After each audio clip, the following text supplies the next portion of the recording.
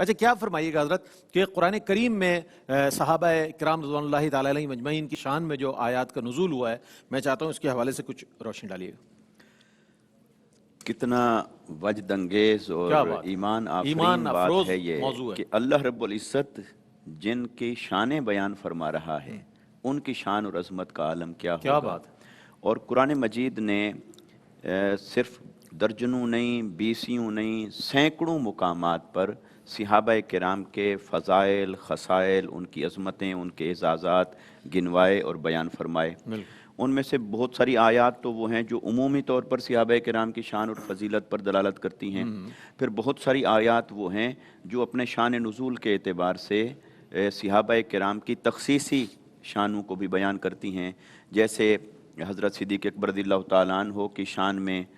غار ثور کے مقام پر وہ آیت مبارکہ اترتی ہے، پھر اسی طرح حضرت عمر بن خطاب رضی اللہ تعالیٰ عنہ کی شان میں اور اولیات عمر میں جن آیات کو جمع کیا گیا، پھر اسی طرح حضرت عثمان غنی رضی اللہ تعالیٰ عنہ کی شان میں، پھر حضرت مولا کائنات کرم اللہ وجہہ الکریم، پھر اہل بیت اطہار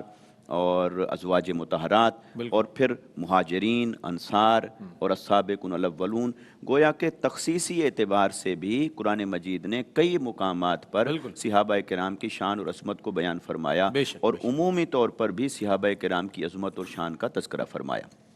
ان میں سے میں چند آیات کا ذکر کرنا چاہتا ہوں۔ دیکھیے سورہ الفتح کی جو آیت مبارکہ بہت معروف ہے، اللہ رب العزت نے ارشاد فرمایا محمد الرسول اللہ والذین معہ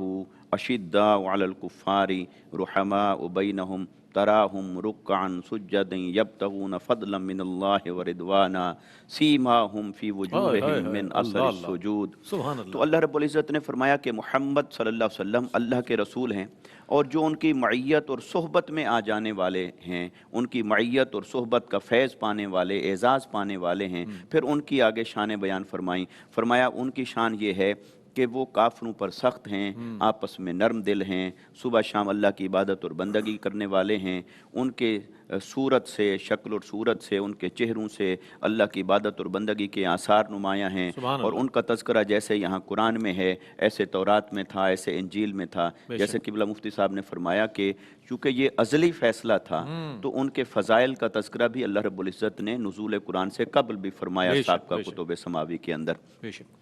اسی طرح میں سورہ الحجرات کی اس آیت مبارکہ کی طرف اگر آپ کی توجہ چاہوں، جس میں اللہ رب العزت نے ارشاد فرمایا وَاعْلَمُوا أَنَّ فِيكُمْ رَسُولَ اللَّهِ، تم جان لو کہ تمہارے درمیان اللہ کا رسول موجود ہے۔ یہ صحابہ کرام کو خطاب کیا جا رہا ہے کہ آقا علیہ السلام تمہارے درمیان بنفس نفیس جسد ظاہری کے ساتھ تمہارے درمیان تشریف فرما ہیں، اور فرمایا کہ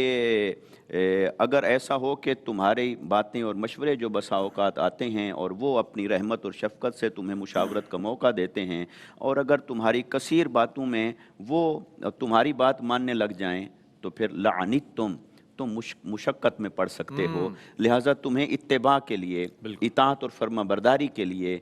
بنایا گیا ہے، تو تم اطاعت اور فرما برداری کرو۔ پھر اس کے بعد جو قرآن نے بات کی وہ بات کیا ہے؟ فرمایا کہ وَلَٰكِنَّ اللَّهَ حَبَّبَ إِلَيْكُمُ الْإِيمَانَ، بلکہ اللہ کی شان یہ ہے کہ اس نے تمہاری طرف ایمان کو محبوب بنا دیا ہے۔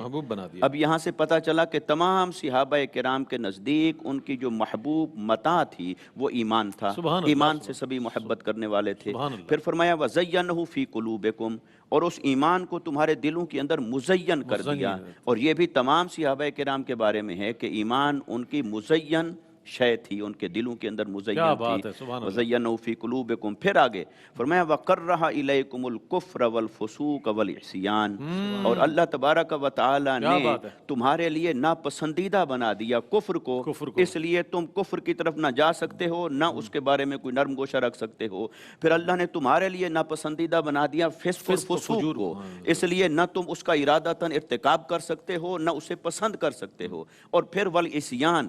نافرمانی کو بھی اللہ نے، گناہ کو بھی اس میں شامل فرما دیا۔ تو یہ جو آیت مبارکہ ہے یہ برات کا اعلان کر رہی ہے کہ اللہ رب العزت نے ان کے دلوں میں ایمان کو ایسی محبوب متاع کے طور پر دلوں میں جما دیا تھا کہ پھر انہیں کفر بھی ناپسند تھا، فسق بھی ناپسند تھا، عصیان بھی ناپسند تھا۔ پھر فرمایا اولئک هم الراشدون، اور یہ وہ لوگ ہیں جو صاحبان رشد ہیں، صاحبان ہدایت ہیں۔ تو اسی طرح یہ دو آیات کا میں نے ذکر کر دیا، مگر بے شمار آیات متعدد آیات مبارکہ ہیں اس کے وہ بارے ہیں میں، جی۔ کہ جس میں اللہ رب العزت نے صحابہ کرام کی شان اور عظمت کو بیان فرمایا،